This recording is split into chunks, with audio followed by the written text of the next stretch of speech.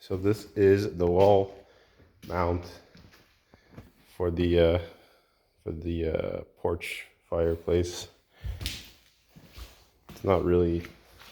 I just took a stainless steel dishwasher door, cut it in half, put some holes on it, wrapped it with some chicken wire in the center, and I think that'll do it. It's just for the outside, so I could wrap it with some insulation too in the center. That cavity is gonna be that big. It's about the 7 inches inside.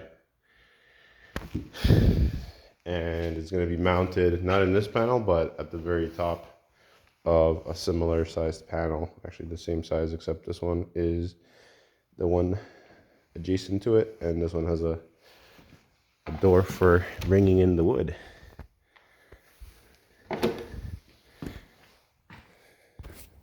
This is the other panel actually, and that's where the thimble or wall plate will be fitted right here. And I still got to build a frame for it with 2x4s. It'll actually be protruding 7 inches out to provide an air pocket 7 inches in the middle. And these are the panels that were added to the sides already with two-sided vapor lock, and they're just pressed in. So at the end of the season, winter's over, these will just pop out, and I'll figure out where I'm going to store them, somewhere in the forest with some tarps, cover them up. And then the two panels that I just showed are going to be fitted in here. These are 6 feet, two 6 feet ones are 6.1 feet, and they're 8 feet tall, while these ones are 9.5 feet tall, these two. So they're really tightly fitted in, and there's the vapor barrier, there's an overlap because the brick is not very even. But I think to seal all these little holes, I'll have to get some clear plastic and stuff it if there's a draft. And at the top there's actually like 10 inches of overlap from the what do you call it? Well, it's like a finished edge there at the top.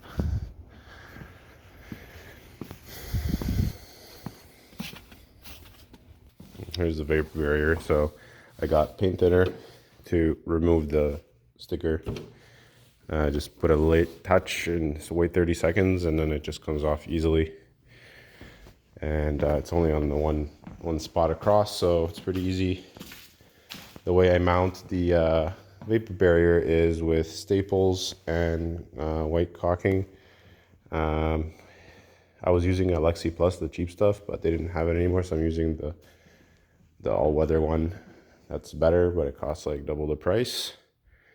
I think I'm just putting it on the edge, so just to create a seal where the staples are past the seal, so it's going to give a better seal in there. I'll have to work around this door obviously, and on the other panel around the wall plate. And yeah, that's it. And the way I apply it is I stick the vapor barrier is 10 feet long, so it covers from this way to that way quite nicely. This is 9.5 feet. Oh wait, this one's actually 8, so there'll be more left over. So what I'll do is I'll tuck it in more around there's a little bit of a gap here, I think like a 1/4 inch at the top, so I can like wrap it nicely so the air bubble closes. And yeah, the other panels I was leaving 9 inches on each side out, so I would fold it three folds and then staple it, so the staple has a lot of meat on the vapor barrier to grab. It's much thicker, so if you just do one layer, it'll easily rip. I don't know if it actually would come off, but it's better to have a stronger amount there. So yeah, and then at the top I used the brackets with the reinforcements, and at the bottom I want it to be open and flexible, so this is doesn't have those. And then this actually, I gotta put a stopper here, but these, okay, Alex, okay. And these are stoppers for now, panels. This was an expensive piece of wood. So I went to the wood source. It was $25 for a 2x2x10. Cheers.